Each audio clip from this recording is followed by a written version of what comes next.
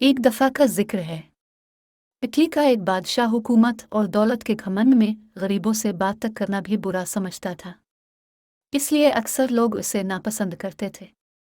एक रोज़ बादशाह शिकार करने गया। किसी जानवर का पीछा कर रहा था कि इसका घोड़ा बेकाबू होकर दूर निकल गया। तमाम नौकर सिपाही वजीर सब बिछड़ गए और बादशाह तन्हा रह गया। इतने में एक किसान ने तो बादशाह के घोड़े की रिकाब पकड़ ली। इसकी शक्ल हूबहू बादशाह से मिलती थी।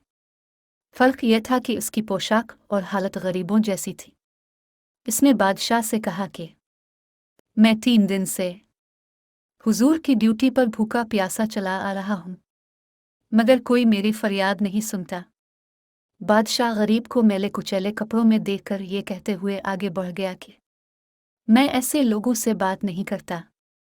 गरीब किसान फिर भी इसके पीछे पीछे चलता रहा, यहाँ तक कि बादशाह एक तालाब पर पहुंचकर घोड़े से उतरा। इसने ताज और कपड़े उतारकर एक तरफ रखे और नहाने के लिए तालाब में उतर गया। जब बादशाह तालाब में उतर चुका तो गरीब किसान ने बादशाह के कपड़े पहनकर ताज सर पर रख लिया। बादशाह के घोड़े पर सवार होकर रफू चक्कर हो गया।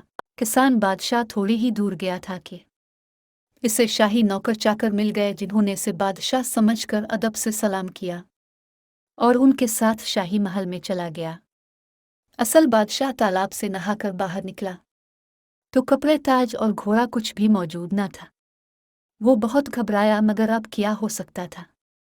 नाचार गरीब किसान के मैले कपड़े पहने और कई दिन तक फाके करने और भटकने के बाद शहर पहुंचा, मगर अब इसकी ये हालत थी कि जिससे बात करता कोई मुंह न लगाता, और जब ये कहता मैं तुम्हारा बादशाह हूं तो लोग इसे पागल समझकर हंस देते। 2-3 हफ्ते इसी तरह गुजर गए। जब इस पागल का किस्सा बादशाह की माँ ने सुना तो उसे बलवा कर उसके सीने पर नल का निशान देखा, फिर जिससे इसकी सच्चाई की तस्दीक हो गई। किसान ने असली बादशाह की यह हालत देखकर कहा, क्या तुम वही शख्स हो जो दौलत और हुकूमत के घमंड में गरीबों की फरियाद नहीं सुनते थे? इसी की सज़ा देने के लिए मैंने ये सब किया था। अगर तुम घमंड छोड़कर रहम व इंसाफ का इकरार करो तो मैं तुम्हारा ताज व तख्त वापस करने को तैयार हूँ, वरना अभी कत्ल का हुक्म भी दे सकता हूँ। यह सुनकर बादशाह ने आजिज़ी और नदामत के साथ अपनी गलती तस्लीम की और किसान उसे ताज व तख्त वापस देकर घर चला गया। जिसके बाद बादशाह ने अपनी इस्लाह की और चंद दिनों में उसकी नेक नामी का डंका दौर दूर तक बजने लगा।